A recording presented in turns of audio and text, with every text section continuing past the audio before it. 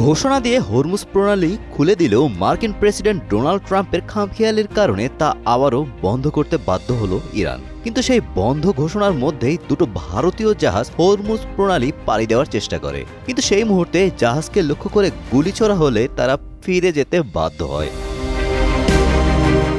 শনিবার এক বিজ্ঞপ্তিতে ইরানের ইসলামিক রেভলিউশনারি গার্ড কর্পস জানায় এই জলপথটি আবারও তার আগের অবস্থায় অর্থাৎ বন্ধের আওতায় ফিরে গেছে।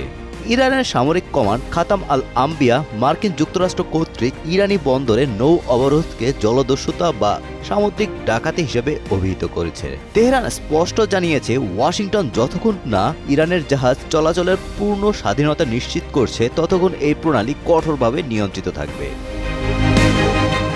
তবে ঘোষণা আসার পরও দুটো ভারতীয় জাহাজ হরমুজ প্রণালী পার হওয়ার চেষ্টা করে। ট্র্যাকিং সংস্থা tankertrackers.com এর মতে ভারতীয় পতাকাবাহী দুটি তেলবাহী জাহাজ প্রণালী পার হওয়ার চেষ্টা করলে ইরানি নৌবাহিনী তাদের লক্ষ্য করে গুলি ছোড়ে এবং পশ্চিমে ফিরে যেতে বাধ্য করে। এর মধ্যে একটি জাহাজে ইরাক থেকে 2 লাখ ব্যারেল অপরিশোধিত তেল নিয়ে যাত্রা শুরু হয়েছিল।